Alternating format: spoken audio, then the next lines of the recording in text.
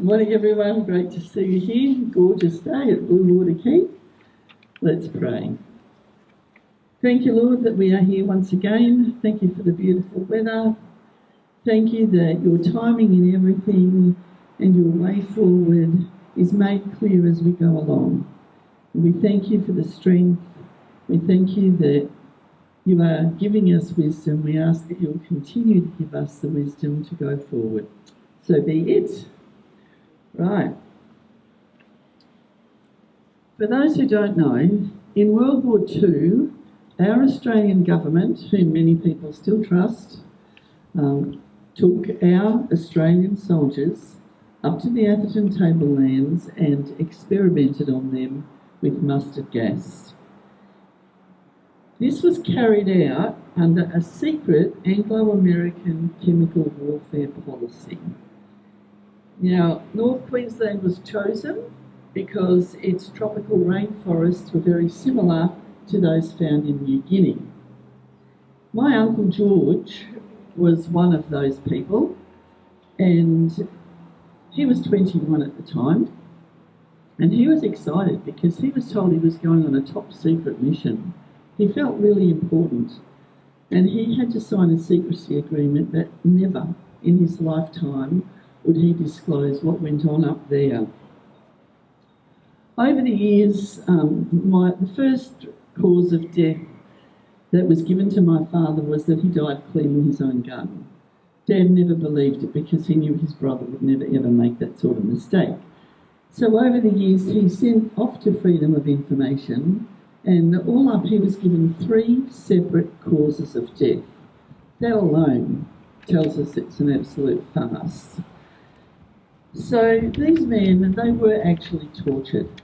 Australian soldiers, we saw it in Melbourne, we saw it during COVID, nothing's changed, we've seen it in Canberra.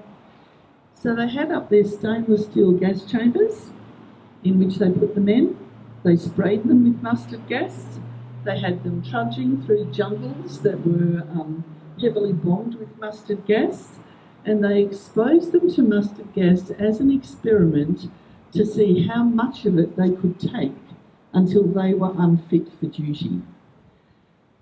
So doesn't that remind you of the Holocaust? You know, the experiments that were taking place over there.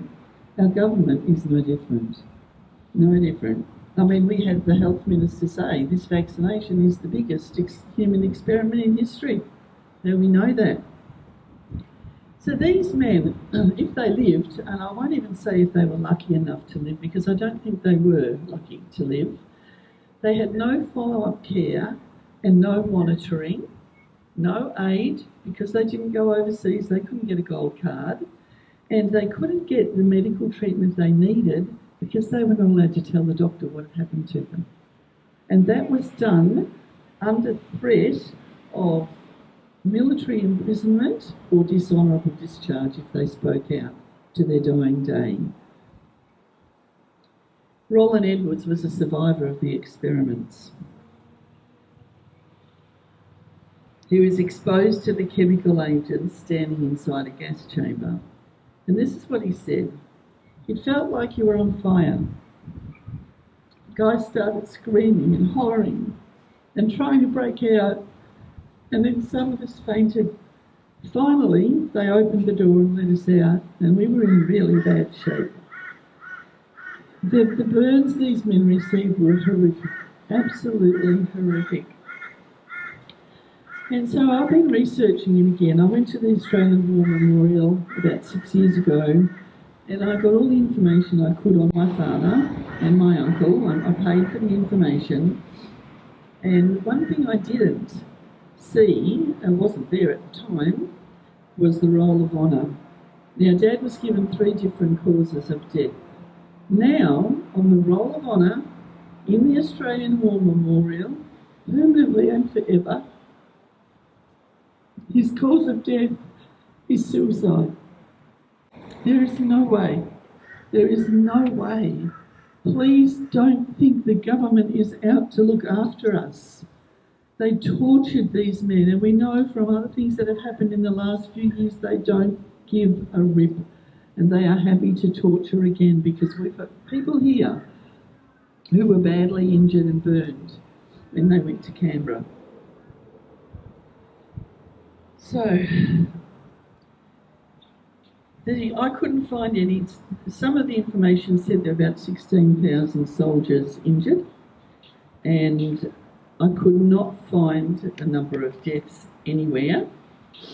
So but I have been to the war cemetery in Atherton, and for many years it was impossible to actually find it. You couldn't, unless you went up there, but it was not on the internet at all. Even in 2015, 2014, I would be Googling this to try and find out more information about this. It wasn't there. It's only in the last 5 years that this has gone onto the internet, and of course the government sites have got a different slant on it to what other researchers have got.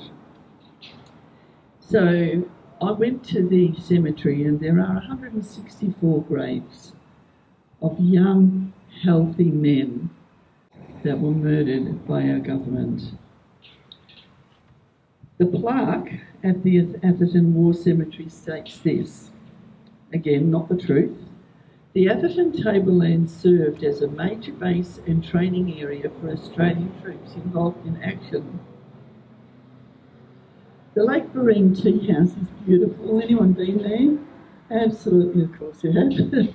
Absolutely gorgeous. It's idyllic. You can take this beautiful little boat cruise around the lake and feel like you're in heaven. But then you realise that this used to be the hospital in World War II. It was most likely the place where my uncle died, and they died excruciating deaths. I've taken 2 school camps up there, and I believe that being up there was the most powerful lesson I had ever given a class. We went to the cemetery. I had parents with me, so they knew what I was doing. None of them were, they were all on site. It was extremely emotional. I used to watch the, what was it called, In Their Footsteps, where they would take a granddaughter or a niece or someone and trace the footsteps of their uncle who died in the war and where they were buried. And to be honest, and to my shame, I used to think, oh, it's an uncle for crying out loud, you know, and which was a terrible thing to think, because they get really emotional. And now I understand. When I got there, my kids were just amazing. I was very emotional. This is my dad's brother. He was engaged to my mum's sister. It was a whole family that we didn't get. And it was a really powerful lesson. And I said to the kids, look at these graves. The government killed them. Our own government killed them. Don't believe everything you hear. Do not believe it. Do not believe me. Listen to what's inside. If you have a niggle, listen to what's inside. Don't believe the government. Do your research and find out for yourself what is the truth. And I truly hope those kids remembered that when COVID hit. So history tells us we can't trust our government. We haven't been able to for a long time. Well, we've never been able to in our lifetime, and well before that. Nothing has changed. Again, we need to stand up together. We need to stand up and be counted. And again, I say, the government only wins when people lie down and roll over. What can I do? Said 26 million Australians. We can change our entire nation. And that's what I want to leave you with today. It's the most horrible story, and I shouldn't have been surprised, but so many people do not know about it. And it's so important that we keep history alive and we remember what they've done to us. So thank you, everybody.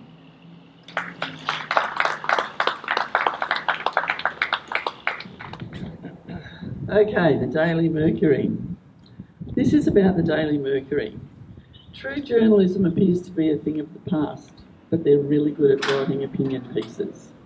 We have experienced that a lot in the last year or so. This is the perfect example of an opinion piece.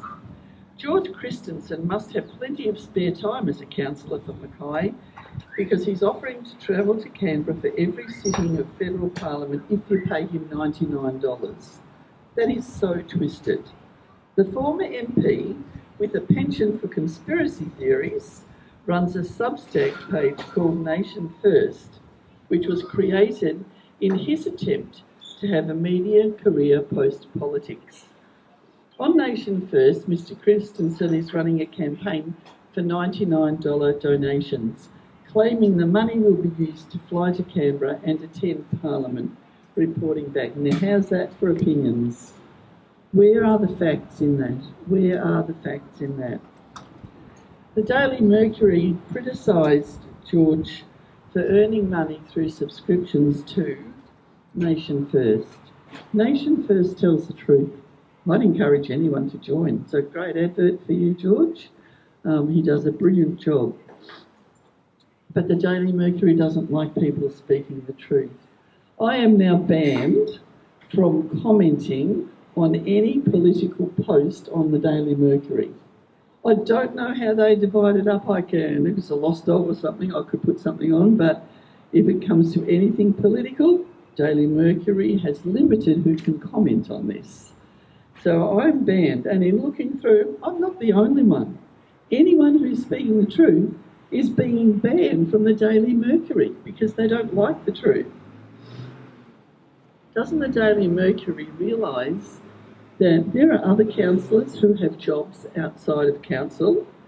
Do they not realise that the only thing our councillors are mandated to do is attend the meetings? That's the only thing they're mandated to do. Well, hey, gee, what a job if you weren't in it for the people, and we know some aren't. Councillors basically don't have to work. But we're really glad that we've got some new people in there, and we do have some who are working. So there are your rates at work for you people. Why is the Daily Mercury not criticising the only councillor who now seems to be only attending council meetings online and not in person? Why aren't we going there? Where's Wally? Anyone in the know knows who I'm talking about. Where is he? Not there. So yeah, it's just shocking that the Daily Mercury will not allow the truth to be spoken. So how I get round the fact that they've banned me from commenting on political posts is that I actually shared their post, and what I wanted to put on as a comment, I put on as my blurb at the top of it. And then I would go into George's page where he has written about it, and I would put it there as a comment. There's always a way, there's more than one way to skin a cat, you know. We can all do that. So I wonder if they'll stop me sharing their posts. I don't know if they can do that. Okay, so that's just another, this is just coming to me now, but back in the 90s, we used to have Chinese and Japanese students every winter for a couple of, the exchange, whatever. They'd come over and wow, it was really interesting. It was great. My kids learned a lot from having them. So I remember talking to them about Tiananmen Square. The first time I mentioned it, they had no idea, none whatsoever, what I was talking about because their government did not let it go out on the media. And our response at the time was, the government doesn't tell you what's going on. Well, this is where we are now. Exactly where we are.